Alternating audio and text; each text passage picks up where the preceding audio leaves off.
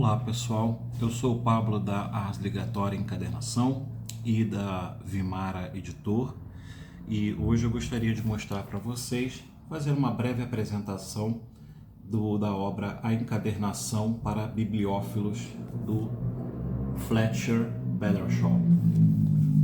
Foi uma obra publicada no início da década no início do século XX, se não me engano, em 1905 ou 1902, 1905.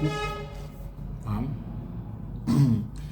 Trata-se de uma obra escrita por um bibliófilo, um grande bibliófilo, tá? E tem por principal objetivo ensinar ao amante dos livros e das encadernações, das belas encadernações clássicas ou encadernações de luxo, ou até mesmo as chamadas encadernações artísticas, né? Ensinar àquele que aprecia esse tipo de encadernação, que é o bibliófilo, a identificar uma encadernação bem feita, uma encadernação bem decorada, né? Falar sobre o juízo estético das encadernações, né? E ensinar, fazer uma ligação entre esse bibliófilo e aquela pessoa que será a responsável pela execução dessa encadernação, que é o encadernador, né? O encadernador e o dourador. Muitas vezes a pessoa do encadernador, né, é a mesma do dourador, mas ortodoxamente falando, encadernação e douração são ofícios totalmente distintos. Há mesmo encadernadores que afirmam, né, ou autores de maneira geral sobre o tema, que afirmam que um dourador jamais poderá ser um encadernador jamais poderá ser um bom dourador e vice-versa. É um ponto controverso. É verdade, como encadernador e como dourador que sou, eu tendo a concordar que as duas disciplinas, né, encadernação de um lado e a douração do outro, sendo disciplinas que exigem máxima dedicação, concentração por parte do artesão, de fato, é difícil que um encadernador chegue a ser uma pessoa dedicada à encadernação, chegue a ser um exímio dourador, e a mesma coisa o contrário, né? Que um dourador chegue a ser um exímio encadernador. No entanto, a prática mostra que é evidente, a prática mostra que um dourador precisa sim, necessariamente, ter um domínio mínimo, ao menos, de encadernação. E a mesma coisa também seria desejável para o encadernador, que tivesse uma mínima noção, né, do ofício do dourador. Porque a encadernação vai exigir do dourador uma imaginação e uma experiência, uma compreensão da sua estrutura, né, do seu acabamento, para poder executar o melhor estilo de douração, não só com relação ao assunto contido no livro encadernado, mas ao próprio estilo da encadernação. Então, cada encadernação, né, quando se conjuga com um trabalho de gravação em dourado, em prateado ou uma gravação a seco, que seriam aquelas gravações chamadas antigamente gravações monásticas, que não usam nem ouro, nem prata, mas simplesmente isso é a mera gravação sem a coloração de nenhum tipo de metal, né? São as chamadas gravações a seco ou gravações, em inglês a gente fala blind tooling, ou gravações monásticas, porque esse tipo de gravação começou a ser feito ainda nos mosteiros, se não me engano, beneditinos. A gente sabe que já havia algumas obras assim gravadas, encadernadas e gravadas no século IX, se tornaram muito populares ali na virada do século XIII para o século XIV, né, de quando datam assim com segurança, né, histórica as primeiras obras gravadas, as primeiras gravações com ouro, né, então estou fazendo um parênteses aqui, né, se encontram na virada também ali do século XIII para o século XIV, sobretudo na Itália, em Veneza, se não me engano, tá?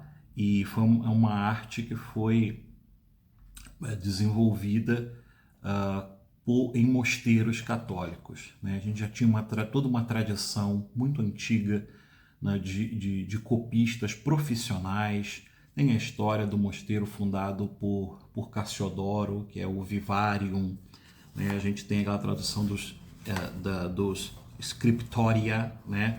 Ou seja, o scriptorium era aquele lugar onde monges treinados faziam a cópia de manuscritos. Então aí se inicia toda uma tradição medieval do que depois veio a se chamar filologia. Bom, mas estou, né, me afastando aqui do assunto, o assunto não é esse, mas só para tentar contextualizar um pouco historicamente, né, que é o surgimento e desenvolvimento das encadernações, porque também não é o nosso assunto aqui, né? O assunto é a importância desse livrinho do Fletcher Battershaw. Então eu queria mostrar isso, a necessidade, né, de uma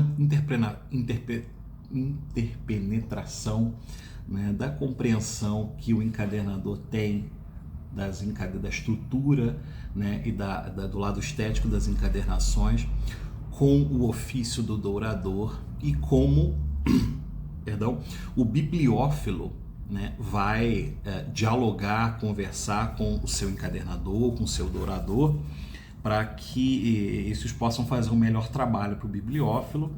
Então esse livro trata-se, né, de educar o bibliófilo, mas é um livro também extremamente precioso, evidentemente, para quem é bibliotecário, por exemplo, né, para saber classificar encadernações, saber distinguir o valor de encadernações. A gente sabe, por exemplo, que toda biblioteca pública, todo grande instituto, biblioteca, seja privada ou pública, toda universidade tem o seu setor de obras raras, né? E aí o assunto do que é uma obra rara, eu buscarei expor para vocês aqui num próximo vídeo, tá? Porque é muito interessante toda a criteriologia que define o que é um livro raro, né?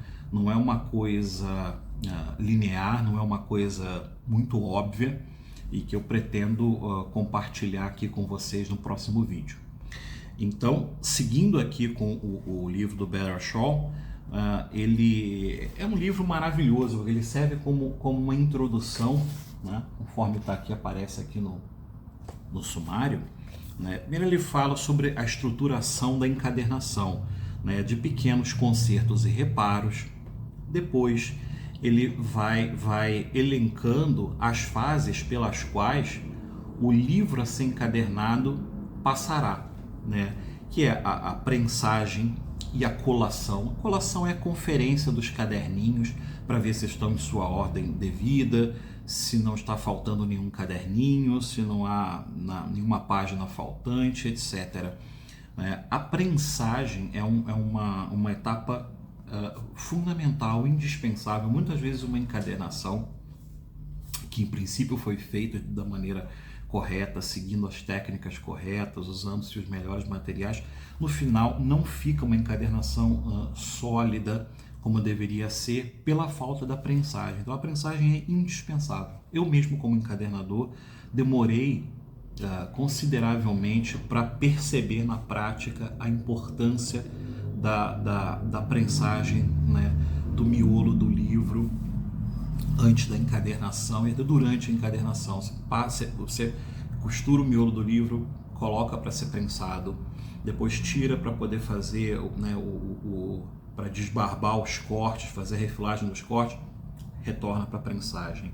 Você tira da prensa para poder fazer a costura dos cabeceados, retorna para a prensa. Ou seja, enquanto a encadernação não está totalmente completa, concluída, o livro não pode deixar de estar sob pressão. Não precisa ser uma pressão muito grande, mas é indispensável que o miolo do livro esteja prensado, né, sob prensa.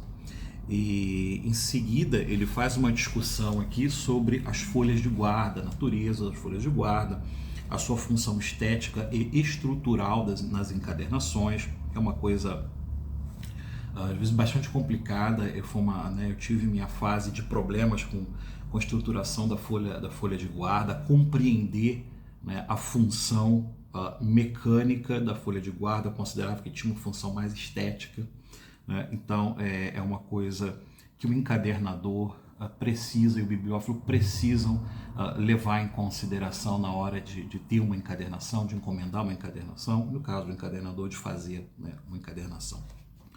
O uso ou não das famosas charneiras de couro, né? Existem charneiras de seda, ele fala aqui, vai falar mais das charneiras de couro, né? Essas charneiras são...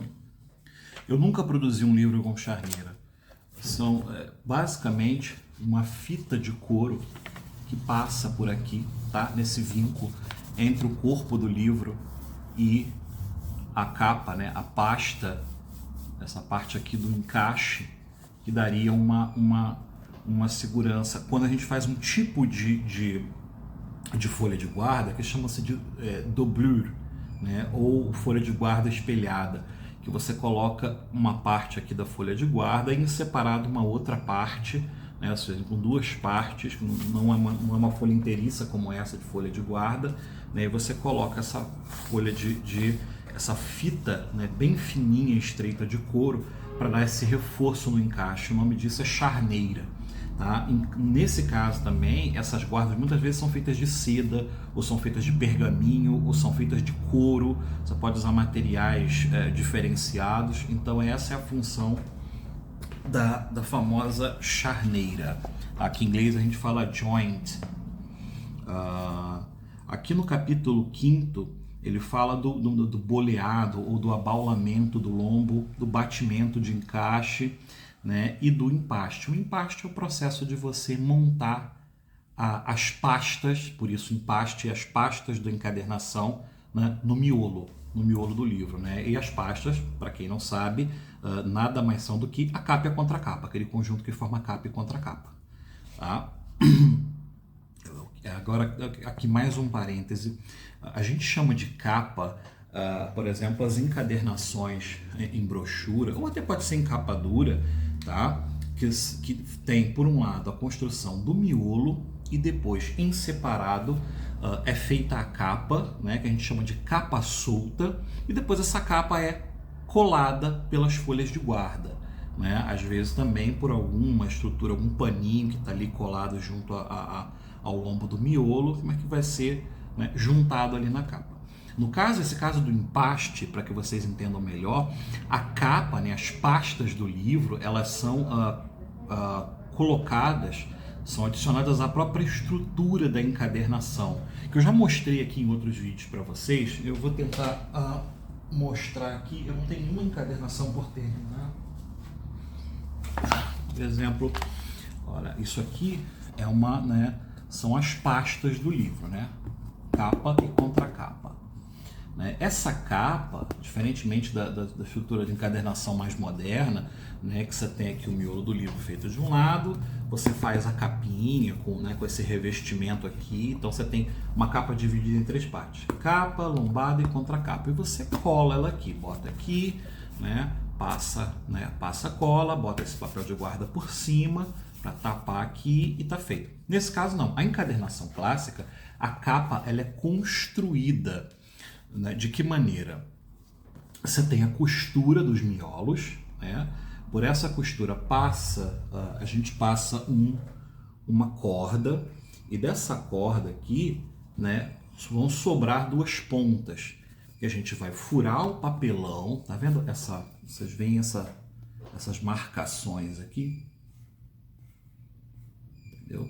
Então, isso é uma encadernação, por assim dizer, orgânica. Ou seja, esse fio faz parte da estrutura da costura do miolo, ele se junta aqui onde se prenderão aos papelões, aos cartões das pastas. Então isso dá uma estrutura muito mais sólida. Então a encadernação clássica ela tem o empaste, ou seja, a construção das pastas junto à encadernação. E não vai ser como uma encadernação brochura normal, em que a gente chama de encadernação de capa solta. Por exemplo, esses livros aqui tem boa qualidade, uma edição da década de 40, 1930, esse livro é de 1930. Você tem aqui o miolo do livro e aqui você tem, né, uma capa dura, uma peça aqui que é feita à parte e depois é acoplada ao miolo do livro. Então isso é capa solta, tá? Ela pode ser dura ou mole, brochura, isso é capa solta. Tá? E a encadernação não tem capa solta. A encadernação propriamente dito, que se pode chamar de encadernação, é isso aqui. A gente não chama isso aqui de propriamente uma encadernação clássica. A gente fala assim, um encartonado em capa solta. Tem gente que diz encadernação em capa solta, mas entendeu? Essa é a diferença.